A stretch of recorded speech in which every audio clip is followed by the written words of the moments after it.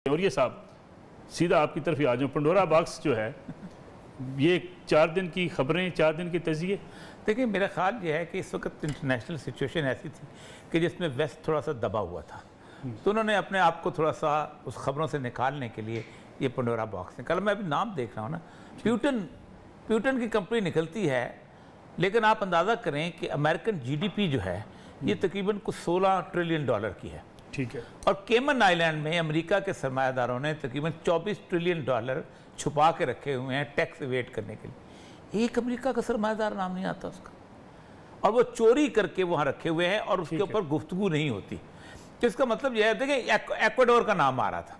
Ecuador वो मुल्क है कि जिसने सबसे पहले वो कर्जे अदा करने से इनकार किया था। उसने कहा था वो कर्जा जो कि चंद लोगों की बेनिफिट के लिए लिया जाता है वो जाली है और हम नहीं देते। 88 उसके वज़ीर आज़म का नाम आ गया ऑफशोर कंपनी। मसला सारा यह है कि क्या ऑफशोर कंपनी क्राइम है या इतना बड़ा क्राइम यह है कि आप पूरा स्विट्जरलैंड जो है, ठीक है, उसका जिनेवा एक शहर है उस्मान साहब, जिनेवा, उस जिनेवा शहर जो है उसका जो पूरे का पूरा इकॉनमी है वो चोरी के पैसों पे चलती है। मार्कोस पैसा लाए वहाँ रखेगा, और दुनिया का सबसे बड़ा पर कैपिटा इनकम वही है, उस शहर का है। सिर्फ बैंक्स हैं, कोई और कारोबार नहीं है।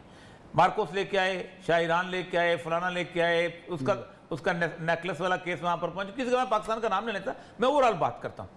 और मुझे लोग कहते हैं देखो जी उन्होंने कितनी तरक्की की। मैं कहता 4 बदमाशों का पैसा मैं भी लाहौर में रखूँ, शाही के डेरे से मुझे भी पैसा आते रहे, अफरीदी के डेरे से नारकोटिक्स का पैसा मुझे भी, मैं भी याशी। तो ये इतना ज्यादा अजीबोगरीब मामला। आप मतलब देख रहे हम 4 दिन से हमने हवा खड़ा किया हुआ। जिन लोगों का नाम निकला है आप मुझे बताइए, कौन नहीं जानता उनको? शौकत साहब की कंपनी निकली, मोहम्मद सलाई साहब की कंपनी निकली, मुख्तार साहब की कंपनी निकली, शर्जील मेमन साहब की कंपनी निकली, फैसल वाडा साहब की कंपनी निकली, सागडार साहब जो आपने बात की है 100% मैं उस पर एग्री करता हूं कि पटवारी से लेके और ऊपर तक सेक्रेटरी तक और एसएचओ से लेके आईजी तक कौन सी ऐसी जगह है जहां आम आदमी करप्शन का फेस नहीं करता। असल बात वो है, और ये जो लोग हैं ये लोग उस एरिना में नहीं आते। लेकिन वज़ीर आज़म साहब कह रहे हैं कि पंडोरा बॉक्स में जिनके नाम आए हैं उनकी तमाम की तहकीकात करेंगे। चलो करें। नहीं, इस तहकीकात से पहले वज़ीर आज़म साहब सिर्फ यही पूछ रहे हैं, इस मुल्क के अंदर जब आपने प्रॉपर्टी खरीदने के लिए काले धन को सफेद करने के लिए आपने कहा एमएसटी स्कीम ले लें, 1 नहीं 2 ले लें, 3 ले बार आई हैं। मुझे बताएं, क्या अलीम खान जहां तक पहुंचते उसने कभी पटवारी को रिश्वत नहीं दी होगी? कभी उसने तहसीलदार को रिश्वत नहीं दी होगी? कभी उसने क्या मुनसलाई ने कभी रिश्वत नहीं दी होगी? बल्कि ओवरऑल जिस तरह उन्होंने उनको पैम्पर किया होगा, ये पूरा सिस्टम करप्ट है। ना इसको कोई ठीक करने की कोशिश करता है, ना किसी की नीयत है। और दूसरी उरिया साहब जो भी बात हो रही है, वज़ीर आज़म साहब कहते हैं हम तहकीकात करेंगे। जो मैंने आपसे वही पूछा, आपने एमएसटी स्कीम किस लिए देते हैं? बिल्कुल ठीक, करप्शन के पैसे को वाइट करने के लिए। यानी आप करप्ट बंदे को पहले सपोर्ट कर रहे हैं, या आप कहते हैं हम तहकीकात करेंगे? सर मैं आपको बताऊं, अपना नुसरत साहब के पूरे का पूरा 72 साल के अंदर हमारी एमनेस्टी शुरू हुई है ज़ियाउल हक के पास। बिल्कुल ठीक है। उससे पहले एमनेस्टी कोई नहीं थी, क्योंकि ज़ियाउल हक के पास हमारे पास फ्लड आया था पैसा डॉलरों का। आप देखें $30 मिलियन ने कहा था जिमी कार्टर ने, तो ज़ियाउल हक ने कहा दफा करो, ले जाओ, मैं नहीं लेता हूँ। फिर उसने $50 मिलियन का बिल साइन कर दिया, चेक कहा नहीं लेता हूँ। फिर जब $3.8 अरब हो गए, फिर हमारे पास फ्लड आ गया। फिर कितने लेके जाने थे? ठीक है। और ये मकबूल जान साहब गुरीदा साहब कह रही चलो अच्छी शुरुआत है, वज़ीर आज़म साहब तहकीकात करवाने का कह रहे हैं, तहकीकात होंगी?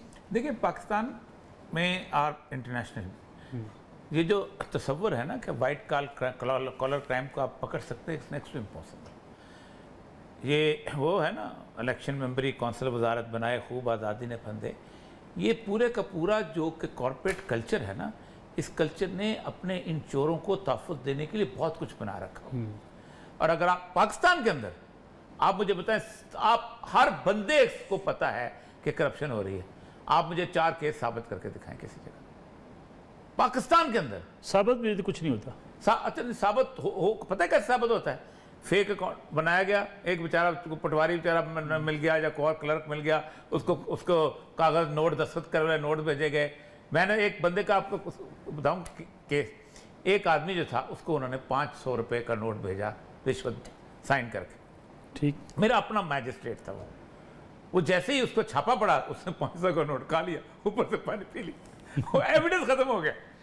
ठीक, मतलब ये लेवल जहाँ इतने छोटे लेवल पे आप ऑपरेट करते हैं, आपके पास कोई टेक्निकल सूरत हाल नहीं है, बैंकिंग लॉ आपका इस तरह का है कि आप उस बैंक के अंदर दुनिया की हर बदमाशी का पैसा जमा करा दें, बैंक आपको एक्सपोज करने को तैयार नहीं, पूरी दुनिया के अंदर ये सूरत हाल, स्वाय टैक्स पर्पज के लिए, करप्शन के लिए नहीं। और ये साहब ये आंखें खोलने के लिए क्या काफी नहीं है कि इलेक्शन में करोड़ों रुपए लगाते हैं हर उम्मीदवार, हर बंदा झूठ बोलता है, जी मैंने 5 लाख खर्च किया, कोई कहता मैंने 2 लाख खर्च किया, कोई कहता जी मैंने 10 लाख खर्च किए हैं।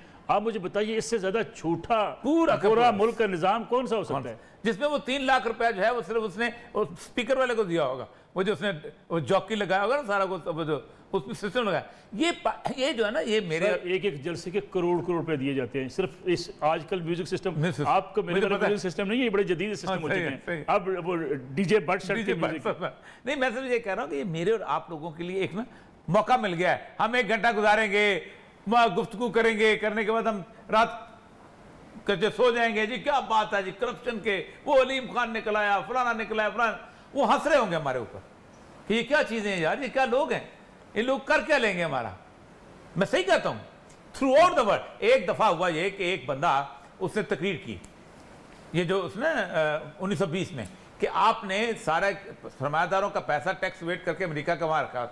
रॉक है फैलन ने पता क्या कहा था, उसने कहा you are our dog, you should bark from our side, हमारे कुत्ते हो, हमारी तरफ से भौंका करो, पैसे लेके हमसे इलेक्शन लड़ते हो और बातें हमारे खिलाफ करते हो तुम लोग।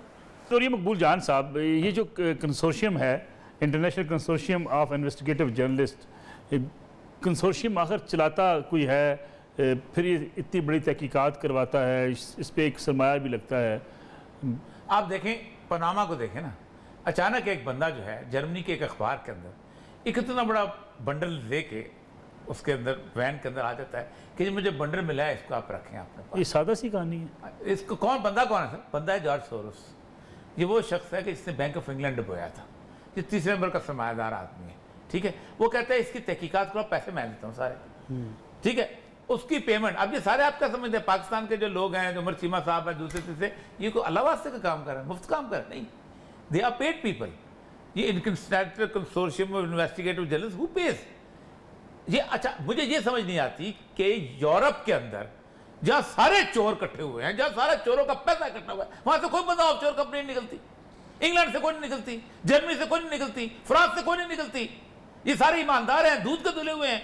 मैं आज आपको बताता हूं, मैं एमडी वासा था, एक कंपनी है फ्रांस के अंदर, उसने कहा कि आप फला काम करना चाहते हैं, आप मैं कुछ लेना चाह रहा था अपना डक्टाइल का पर, आप मुझे बताया आप किकबैक कहाँ लेंगे, स्विट्जरलैंड में लेंगे, फ्रांस। मैंने कहा मसला क्या है, तुम ये अकाउंट फॉर कैसे कहोगे? उसने कहा मैं जो पाकिस्तान को कमीशन देता हूं मुझे टैक्स हॉलीडे मिलती है कानून के तहत। यानी चोरों के चोर चले, उन्होंने अपना सिस्टम तो ठीक कर लिया ना। अगर बरतानिया की बात करें, यूरोप की बात करें, उनके यहाँ ये लूट मार तो नहीं है ना, और ये सब ये लूट मार तो नहीं है ना कि जैसे हमारा आम आदमी पाकिस्तान में तो आम आदमी का भी रगड़ा। उस मलिक साहब, अगर आप आम आदमी को रगड़ा नहीं लगाएंगे तो इतने पैसे इकट्ठे करके बाहर कैसे लेके जाएंगे? ठीक।